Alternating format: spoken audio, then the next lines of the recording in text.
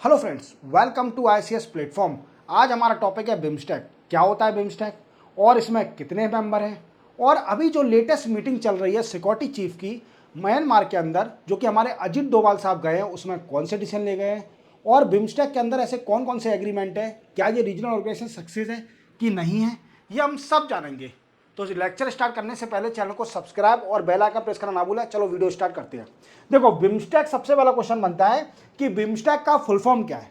दोस्तों, बिम्स्टेक का full form क्या है? तो दोस्तों, bay of Bengal initiative for multi sectoral technical economical cooperation. Technical and economical cooperation. दोस्तों, ये सब रीजनल ऑर्गेनाइजेशन है जिसमें 7 मेंबर हैं, 7 member in from south east Asian country, और साउथ एशियन कंट्री से 7 मेंबर हैं। आप देख सकते हैं 7 मेंबर कौन कौन से हैं दोस्तों, जैसे कि India, Bangladesh, Thailand, Sri Lanka, Bhutan, Myanmar and Nepal. These are 7 member of the BIMSTEC organisation. Clear? और अगर देखा जाए तो इन सातों कंट्री की population according to 2023 total population है 1.73 billion. What I means 173 crore population है इन सबकी मिला के। ये सातों अगर मेंबर को देखा जाए तो इसकी पॉपुलेशन है 1.73 बिलियन। तो ये डेटा याद रखना। और अगर देखा जाए तो टोटल जीडीपी है इन सातों कंट्रियों की 5.2 ट्रिलियन डॉलर। देख रहे हो आप कितनी इकोनॉमी है। सो सबसे ज्यादा इकोनॉमी तो हमारे भारत देश की है। सबसे ज्यादा इकोनॉमी तो भारत देश की है। तो आप याद रखना, इसके 7 मेंबर हैं इसमें बिम्स्टेक में, जिसका फुल फॉर्म है bay of Bengal initiative for multi sectoral technical and economical cooperation. और ये सब रीजनल ऑर्गेनाइजेशन है comprise of 7 member from south east Asian country और साउथ एशियन कंट्री। क्लियर? कौन कौन से? India, Myanmar, Bhutan, Nepal, Bangladesh, Sri Lanka, Thailand. These are the 7 member in BIMSTEC regional organisation. आगे चलते हैं और समझते हैं अपन इसके बारे में।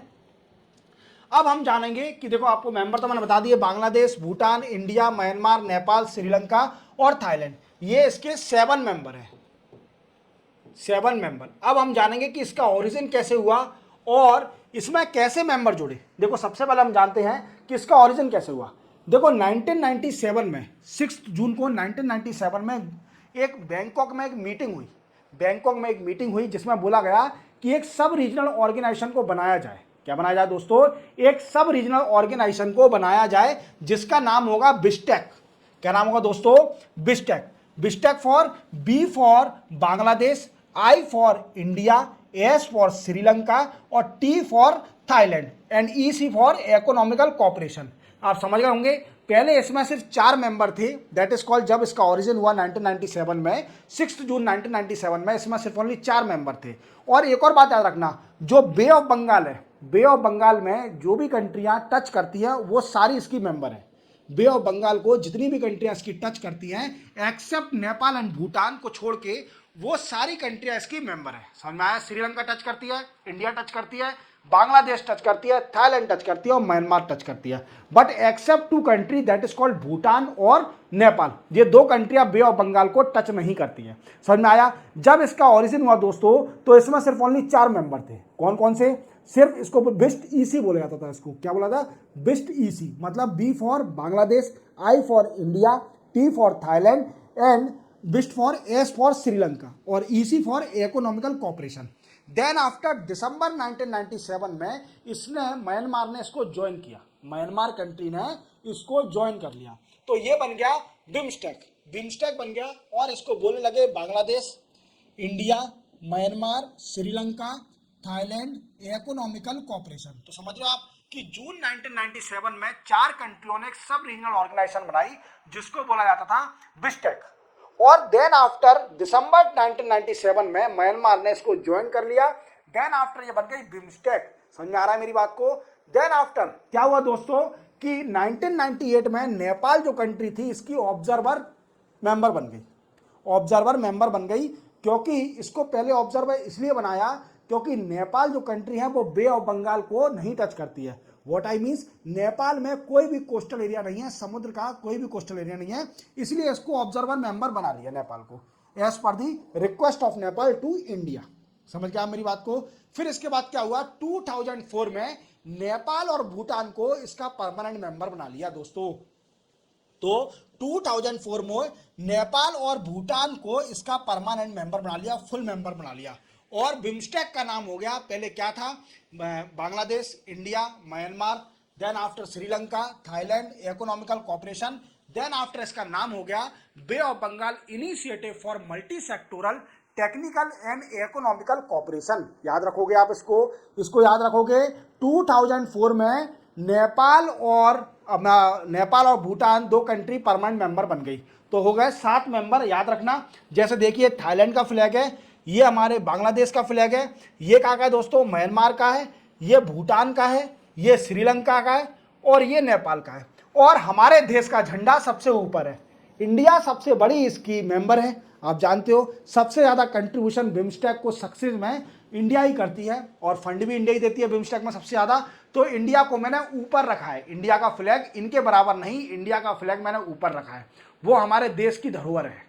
इंडिया को हमेशा हमें ऊपर ही रखना है, नीचे नहीं रखना है। इन कंट्रियों से हमेशा डोमिनेंस करती रहेगी इंडिया, क्लियर। अब वो डोमिनेंस नहीं है, वो उससे बराबर है सब कंट्रियां, बट मेरे अकॉर्डिंग तो इंडिया का हमेशा डोमिनेंस होना चाहिए। इस रीजनल ऑर्गेनाइजेशन, जितनी भी इंडिया मेंबर है किसी भी ऑर्गेनाइजेशन का, उसमें इंडिया की जरूर चलना चाहिए, हमारे देश की जरूर चलना चाहिए। चलते और अपन आगे देखो। अब अपन समझेंगे इसके 14 main sector, means 14 main sector point हैं जिस पर बिम्स्टेक काम करेगी। ये जो रीजनल ऑर्गेनाइजेशन है, ऐसा तो होगा कि आपके घर में कोई भी आपने प्रोजेक्ट बनाया, मान लीजिए कोई आपने प्रोजेक्ट बनाया अपने कॉलेज का, तो उसका कुछ ना कुछ तो इंडेक्स होगा ना, कि आप इस चीज पर प्रोजेक्ट बना रहे हैं, इस चीज पर काम करेंगे। तो ऐसे ही बिम्स्टेक के अंदर 14 मेजर सेक्टर है, जो कि इसी पर बिम्स्टेक पूरी डिपेंड है, इसी पर पूरी बिम्स्टेक डिपेंड है। तो 14 सेक्टर कौन से हैं? तो दोस्तों 2 सेक्टर तो मेन है, उनको अगर मैं जोड़ूं नहीं तो वैसे तो 16 है। अगर उनको हटा दिया जाए, इकोनॉमिकल और टेक्नोलॉजिकल कॉपरेशन, इन दोनों को अगर हटा दिया जाए, क्योंकि ये दो तो सिर्फ ओनली इसके नाम में ही है। ईसी जो लगा हुआ है economical, TEC means technology, technical and economical cooperation, तो इनको जोड़ने की जरूरत नहीं है। इसके मेन जो है वो 14 सेक्टर है। वो कौन कौन से दोस्तों? तो सबसे पहला है trade and investment, means BIMSTEC country के बीच में ट्रेड और इन्वेस्टमेंट बढ़ाना, मींस कुछ कंट्री आए इन्वेस्टमेंट करें यहाँ पर, या फिर कंट्रियों के बीच में अमोंग ट्रेड बढ़ाना, ठीक है। Then after transport and communication, ठीक है, इससे भी ट्रेड बढ़ेगा, ट्रांसपोर्ट होगा, पीपल टू पीपल कॉपरेशन होगा दोस्तों। देन आफ्टर एनर्जी, अगर किसी भी बिम्स्टेक कंट्री में एनर्जी कमी है तो दूसरी कंट्री मदद करेगी, याद रखना। देन आफ्टर टूरिज्म, टूरिज्म को प्रमोट करना, टूरिज्म को प्रमोट करेंगे। भूटान में जाओ, बिना वीजा के जा सकते हो आप भूटान के अंदर। थाईलैंड में आप बिना वीजा के जा सकते हो। थाईलैंड में जा सकते हैं क्या, बताना मुझे, थाईलैंड में जा सकते हैं, शायद इंडोनेशिया में तो जा सकते हैं, थाईलैंड का मुझे पता नहीं, पर इंडोनेशिया में आप बिना वीजा के जा सकते हो, भूटान में भी जा सकते हो, नेपाल में भी जा सकते हो, ठीक है दोस्तों। Then after technology, then after fisheries, then after agriculture, then after public health, poverty alleviation, गरीबी हटाना, काउंटर टेररिज्म, टेररिज्म को रोकना, और ट्रांसनेशनल क्राइम, मीन्स एक कंट्री से दूसरी कंट्री में क्राइम होता है तो उसको भी रोकना, उस पर भी काम करेगी ये। Environment and disaster management, disaster आप जानते हो, आपदा आ जाती है, नेचुरल डिजास्टर आ जाते हैं, तो उससे भी निपटारा होगा इसका। People to people contact, people to people cooperation, और कल्चरल कॉपरेशन, जो भी कल्चर है कंट्री के आपस में कॉपरेशन होगा, दोनों कंट्रियों के बीच में कॉपरेशन प्रमोट करा जाएगा, कल्चर, ठीक है। देन आफ्टर क्लाइमेट चेंज, आप जानते हो ये तो हर चीज में, हर रीजनल ऑर्गेनाइजेशन, इंटरनेशनल ऑर्गेनाइजेशन में क्लाइमेट चेंज ना हो तो मजा ही नहीं आता, तो मजा ही नहीं आता। अब आपको समझ में आ गया होगा, मैं आपको फिर से रिपीट कर देता हूं। सबसे पहले 6 जून 1997 में बिम्स्टेक सब रीजनल ऑर्गेनाइजेशन जब बैंकॉक में सेटअप हुई, जब इसमें 4 कंट्रियां थी सिर्फ ओनली। सबसे पहले थी Bangladesh, India, Sri Lanka and Thailand, ये 4 कंट्री। देन आफ्टर दिसंबर 1997 में म्यांमार ने इसको जोड़ दिया, म्यांमार इससे कनेक्ट हो गई, तो इसका नाम हो गया बिम्स्टेक, ठीक है। देन आफ्टर 1998 में नेपाल जो कंट्री है एक ऑब्जर्वर मेंबर बनी, ऑब्जर्वर स्टेट बनी इसकी, और 2004 में नेपाल और भूटान को परमानेंट मेंबरशिप दे दी। देन आफ्टर इसका नाम चेंज हो गया, इसका नाम हो गया बिम्स्टेक का bay of Bengal initiative for multi sectoral technical and economical cooperation, याद रखोगे। और मैंने आपको समझा दिया, इसके 14 मेजर सेक्टर है जिस पर बिम्स्टेक काम करती है, क्लियर। चलते अपन और आगे देखो। परमानेंट सेक्रेटेरिएट क्या हुआ था दोस्तों कि 2014 में आप जानते हो कि हर चीज का कोई भी आप बिजनेस खोलोगे तो उसका एक हेड ऑफिस होगा, उसका हेड ऑफिस होगा। तो इसका भी एक सेक्रेटेरिएट है जो कि ढाका में लोकेटेड है। कहाँ पर? और ढाका किसकी कैपिटल है? बांग्लादेश की। बांग्लादेश में ढाका में इसका परमानेंट सेक्रेटेरिएट है किसका? बिम्स्टेक का। तो 2014 में सेटअप हुआ था परमानेंट सेक्रेटेरिएट जो कि ढाका बांग्लादेश में है, जिसमें 32% of expenditure to set up the permanent secretariat was provided by India, was provided by India. India के द्वारा सिर्फ ओनली 32% पूरा, ओनली इंडिया नहीं 32%, 32% एक्सपेंडिचर दिया था इस सेक्रेटेरिएट को बनाने में ढाका में। तो समझ रहे हो, इंडिया इसकी सबसे बड़ी कंट्रीब्यूटर है, इंडिया बहुत पैसा खर्च करती है। अब ये सक्सेस है कि नहीं है वो अपन आगे समझेंगे। अभी लेटेस्ट देखा जाए तो इसके सेक्रेटरी है, करंट सेक्रेटरी जनरल, इनका नाम है, हमारे इंडिया के हैं, इंदिरा मानी पांडे। ये है इंदिरा मानी पांडे और ये 1990 बैच के IFS ऑफिसर है। 1990 बैच के IFS ऑफिसर है, means Indian foreign service officer है 1990 बैच के। और अभी ये जनरल सेक्रेटरी हैं काके, we can say BIMSTEC secretariat के परमानेंट सेक्रेटरी हैं, general secretary sorry, Indra Mani Pandey. याद रखना, इंडिया से बिलोंग करते हैं। और देखिए कितने खुश हो रहे हैं। ठीक है, चलते अपन आगे। अब हम बिम्स्टेक के एग्रीमेंट समझेंगे कि बिम्स्टेक ने कौन कौन से एग्रीमेंट साइन करके रखे हैं। अब देखो दोस्तों, क्या हुआ था जब 2004 में इसके मेंबर बन गए 7, देन आफ्टर सबसे पहला एग्रीमेंट इसने साइन किया BIMSTEC free trade agreement. Free trade agreement means country जितनी भी 7 मेंबर कंट्रियां हैं इसके बीच में फ्री ट्रेड होगा। ट्रेड को बढ़ाने के लिए एग्रीमेंट साइन कर लिया है कि जो भी कंट्रियां, जो भी इसकी बिम्स्टेक की मेंबर हैं, अगर वो टैरिफ लगा रही हैं किसी के भी एक्सपोर्ट पर तो उसको रिड्यूस या नील कर दिया जाए, जिससे क्या हो कि कंट्री के बीच में ट्रेड बढ़े। कंट्रियों के बीच में, जो मेंबर कंट्री है बिम्स्टेक की, उनके बीच में ट्रेड का इंक्रीमेंट हो। तो इसको अचीव करने के लिए जो बिम्स्टेक कंट्रियां हैं उन्होंने एक कमेटी बनाई जिसका नाम था, क्या कमेटी का? ट्रेड नेगोशिएटिंग कमेटी, जिसको हम शॉर्ट में बोलते हैं TNC, means trade negotiation committee. क्या बनाई दोस्तों? Trade negotiation committee. और इसका परमानेंट जो हैंडलर करेगा उसको बना दिया थाईलैंड, कि आप ये सब मैनेज करोगे और आपको ही परमानेंट चेयर बना रहे हैं इसका। आपके ऊपर रिस्पॉन्सिबिलिटी है कन्विंस करना मेंबर कंट्री को to enhance the trade in the name of free trade agreement. In the name of free trade agreement sign करने में मेंबर को कौन कन्विंस करेगा? थाईलैंड को परमानेंट चेयर बना दिया किसका? ट्रेड नेगोशिएशन कमेटी का। समझ में आया? तो अगर थाईलैंड सबसे डिस्कस करेगी कि ट्रेड को बढ़ाइए यार, फ्री ट्रेड एग्रीमेंट को फॉलो करिए, ठीक है, और इसके बाद जब गुड्स का फ्री ट्रेड एग्रीमेंट सक्सेसफुल हो जाएगा फिर थाईलैंड सर्विस के ऊपर ट्रेड के डिस्कस करेगी। समझ रहे हो? तो ये agreement goods and service both है। We can say it is agreements of goods and services. Goods and services याद रखोगे, गुड्स एंड सर्विसेज का एग्रीमेंट है जिसमें इंडिया क्या करेगी कि सबसे पहले उसने क्या करा कि फ्री ट्रेड एग्रीमेंट साइन किया बिम्स्टेक ने, और बिम्स्टेक ने 2004 में फ्री ट्रेड एग्रीमेंट साइन करने के साथ एक ट्रेड नेगोशिएशन कमेटी बनाई। क्या बनाई?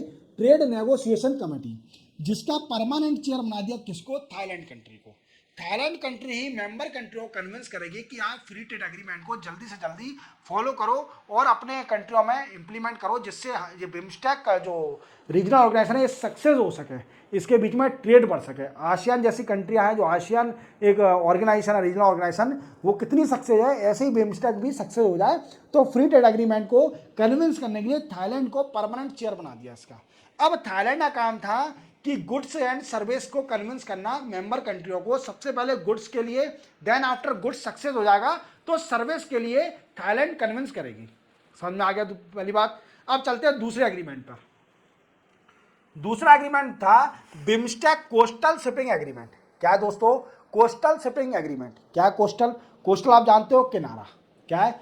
समुद्र का किनारा है, उसको बोलते हैं कोस्टल एरिया। ठीक है, आप गोवा में घूमने गए होंगे कई सारे फ्रेंड, तो कितना अच्छा लगता है कोस्टल एरिया में जब आप खड़े होते हो समुद्र के किनारे, तो बड़ी बड़ी अच्छी अच्छी हवा चलती हैं और पानी के बड़ी बड़ी वेवें आती हैं और आपको बड़ा भींग के जाती हैं। ठीक है, इवन मैं भी गोवा गया था तो मुझे बड़ा अच्छा लगा था गोवा में, जब मैं कोस्टल एरिया पर खड़ा हुआ था तो बड़ा ही अच्छा लगा। अब क्या है दोस्तों, एक होता है कि ऐसे बीच पे आप जाते हो, एक होता है कोस्टल एरिया जहाँ से क्या करा जाता है, वो भी कोस्टल एरिया है पर उसको बीच दे दिया नाम, बीच, दैट इज ऑल्सो, अगर बड़े टर्म में देखा है तो कोस्टल एरिया। कोस्टल एरिया में क्या है, ट्रेड कंट्री के बीच में ट्रेड होता है, शिपिंग होती है, जानते हो। तो क्या हुआ, बिम्स्टेक ने 2017 में दिल्ली में एक एग्रीमेंट साइन किया जिसका नाम था बिम्स्टेक कोस्टल शिपिंग एग्रीमेंट। ये एग्रीमेंट साइन किया और बोला गया कि देखो ये सारी बिम्स्टेक की जो मेंबर कंट्रियां हैं वो बे ऑफ बंगाल सी को टच करती है, बे ऑफ बंगाल सी को टच करती है। तो इससे क्या बेनिफिट होगा दोस्तों, इससे बेनिफिट ये होगा कि we can say trade among country बढ़ सकता है, ट्रेड बढ़ जाएगा।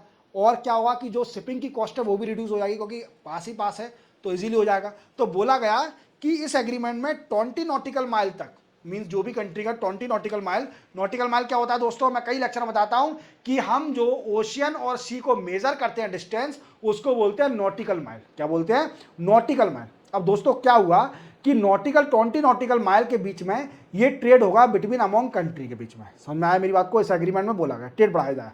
तीसरा एग्रीमेंट साइन किया इन्होंने 2019 में। क्या हुआ दोस्तों, बिम्स्टेक की एक कॉन्क्लेव हुई, पोर्ट समिट की कॉन्क्लेव हुई। कहां पर, विशाखापट्टनम में हुई, इंडिया के अंदर।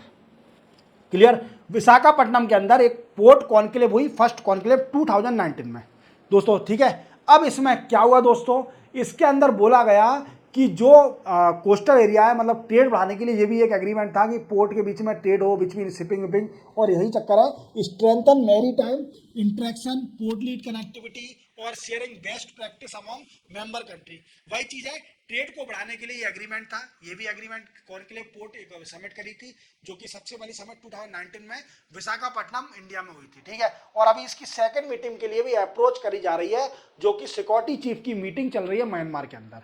तो देखो दोस्तों, अब मैं आपको बताता हूँ, ये 3 एग्रीमेंट तो मैंने आपको समझा दिया।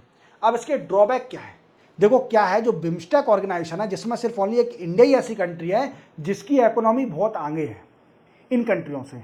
अब इन और जो कंट्रियां हैं उनको डर लगता है कि अगर हमने फ्री ट्रेड एग्रीमेंट साइन कर लिया तो पॉजिटिव पॉइंट मिलेगा इंडिया को, इंडिया का ट्रेड बढ़ेगा, हमारा टैरिफ कम हो जाएगा, हमारा लॉस हो जाएगा रेवेन्यू का, हमारा लॉस होगा, इंडिया का ट्रेड बढ़ जाएगा और इंडिया को पॉजिटिव पॉइंट मिलेंगे और हमें नेगेटिव पॉइंट मिलेगा। तो क्या ये अभी तक 20 साल हो चुके हैं, 20 ईयर हो चुके हैं, अभी तक ये फ्री ट्रेड एग्रीमेंट इनकम्प्लीट है, अभी तक ये फुल फोर्स में नहीं आ पाया free trade agreement of the BIMSTEC, अभी तक ये इनकम्प्लीट है। समझ में आ रहे हो, तो बिम्स्टेक एक जो रीजनल ऑर्गेनाइजेशन है, इसको अपन सक्सेस भी नहीं बोल सकते, क्योंकि इसमें कई सारे इफेक्ट है, कई सारे ड्रॉबैक है। जैसे नेपाल है, कभी कभी बिम्स्टेक में बोल देती है कि इंडिया एक फादर बनना चाह रही है, इस रीजनल ऑर्गेनाइजेशन में फादर बनने की कोशिश करती है और हर डिसीजन पर डोमिनेंस करने की कोशिश करती है। पर दोस्तों मैं आपको क्लियर कर देता हूं, इंडिया का कभी भी कोई स्टैंड नहीं था कि और छोटी कंट्रियों पर डोमिनेंस करना। इंडिया हमेशा बड़ा ही सोचती है, छोटा नहीं सोचती, ये आपकी सोच है। आप जैसे जानते हो कि कोई भी छोटा पर्सन अगर अपने सामने आता है तो वो हम कुछ भी बोलेंगे तो उसको बुरा लगेगा, उसको लगेगा कि ये अपना दिखा रहा है, डोमिनेंस करने की कोशिश कर रहा है, पर नहीं। और अगर बराबर का लेवल का आदमी होगा तो उसको अगर मजाक भी करेंगे तो उसको लगेगा हाँ मजाक है। समझ लो, एक रीत है ये संसार की रीत है कि अगर आप छोटे आदमी से बात करो, कुछ बोलोगे उससे, तो उसको बुरा लगेगा बड़ा, कि यार कुछ निगेटिव ही बोलना है ये, अगर पॉजिटिव भी बोलोगे तो निगेटिव लगेगा। तो ऐसे ही क्या है कि बिम्स्टेक में जो 7 मेंबर है, सबसे बड़ी कंट्री इंडिया ही है, और अगर इंडिया कुछ भी करती है तो इनको लगता है कि इंडिया डोमिनेंस कर रही है। ये सबसे बड़ा ड्रॉबैक है, तभी 20 साल हो गए, अभी तक फ्री ट्रेड एग्रीमेंट इनकम्प्लीट है। समझ में आ रहा है मेरी बात को, चलते और अपन आगे। दोस्तों एक मिलिट्री एक्सरसाइज भी होती है बिम्स्टेक के अंदर, जिसका नाम है माइलेक्स 18।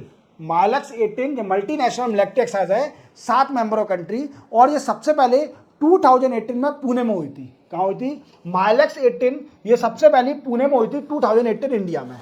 और इसकी जो थीम थी वो थी दोस्तों counter terrorism in semi urban terrain. क्या थी, counter terrorism in semi urban terrain. याद रखोगे, याद रखोगे। और इस मोटिव क्या था, इसका एम क्या था एक्सरसाइज का, तो दोस्तों इसका एम था search and cordon operation, search and destroy and handling and neutralising of IED. आगे प्रॉब्लम, देखो बिम्स्टेक क्या क्या प्रॉब्लम अभी राइट नाउ फेस कर रही है। सबसे पहली प्रॉब्लम तो यही फेस कर रही है कि कोविड-19 आया था। कोविड-19 से तो ये कॉमन पॉइंट है, हर international organisation, regional organisation problem face कर रही है। तो सबसे बड़ा पॉइंट है दोस्तों कोविड-19 पैंडेमिक। ठीक है दोस्तों। दूसरा है इसका रशिया यूक्रेन कॉन्फ्लिक्ट, अगर रशिया यूक्रेन में जानते हो आप वार चल रहा है, और वार को हो गए कम से कम 3 साल होने को आ गए, और ये 3 साल से वार चला ही जा रहा है, खत्म होने का नाम नहीं ले रहा। तो उससे क्या है, एक सप्लाई चेन में डिसरप्ट हो रहा है, सप्लाई चेन में डिसरप्ट हो रहा है, और इन बिम्स्टेक कंट्री कौन कौन सा चीज़ है। और ग्लोबल इकोनॉमी फॉल डाउन, देखो आप जानते हो कि वार चलने के कारण ग्लोबल इकोनॉमी फॉल डाउन हो रही है, गिर रही है ग्लोबल इकोनॉमी, ठीक है। और डेप्ट एक्यूमुलेशन मीन्स डेप्ट कंट्रियों पर कर्जा बढ़ते जा रहा है इन कंट्रियों पर, ठीक है। फ्रॉम एक्सटर्नल और इंटरनल इन्फ्लेशन, महंगाई बढ़ते जा रही है, एनर्जी और फूड इनसिक्योरिटी, ये भी सबसे बड़ी प्रॉब्लम है बिम्स्टेक के अंदर। अब इंडिया को ही सोचना पड़ेगा, पर इंडिया सोचे कैसे। इंडिया सोचती है तो उनको लगता है डोमिनेंस कर रहा है, इंडिया डोमिनेंस कर रहा है, तो इंडिया ज़्यादा सोचती नहीं है। आप ठीक है, आप कर लो, आपको जो अच्छा लगे वो कर लो, लास्ट में मैं बोल दूंगा, मैं साइन कर लूंगा, इंडिया का ये स्टैंड है। चलो चलते और आगे। देखो latest security chief of member country meeting in Myanmar. देखो मैंने आपको बताया था कि अभी बिम्स्टेक की सिक्योरिटी चीफ की, मेंबर कंट्रियों की सिक्योरिटी चीफ की मीटिंग चल रही है, जिसमें इंडिया में हमारे गए अजीत डोभाल साहब गए हैं। अजीत डोभाल साहब अभी मीटिंग में गए हुए हैं, और इस मीटिंग में कई सारे डिसीजन, 26 जुलाई को ये मीटिंग हुई थी। देखो 26 जुलाई को ये मीटिंग हुई थी, और ये म्यांमार की कैपिटल में हो रहा है। म्यांमार की कैपिटल में ये मीटिंग चल रही है, जिसका नाम है नया फिदू। नया फिदू नाम है, अब नाम कुछ और हो, शायद प्रोनाउंसिएशन चाइनीज प्रोनाउंसिएशन है तो डिफिकल्टी हो सकती है, पर इसका नाम यही होगा, नया फिदू, यही नाम होगा। तो वो अलग चीज़ है, आपको पता हो तो आप मुझे कमेंट सेक्शन में बताओ। तो म्यांमार की जो कैपिटल है नया फिदू, वहाँ पर इसकी मीटिंग चल रही है सिक्योरिटी चीफ की, जो इंडिया से अजीत डोभाल साहब गए हैं, और इन्होंने जो जो 14 सेक्टर बताए थे उसी पॉइंट पर डिस्कस करा होगा डेफिनेटली। तो किस किस पॉइंट पर डिस्कस करा, देखो सबसे पहले counter terrorism, combating drug trafficking, arm smuggling, organise crime, BIMSTEC connectivity, और होल्डिंग सेकंड पोर्ट कॉन्क्लेव।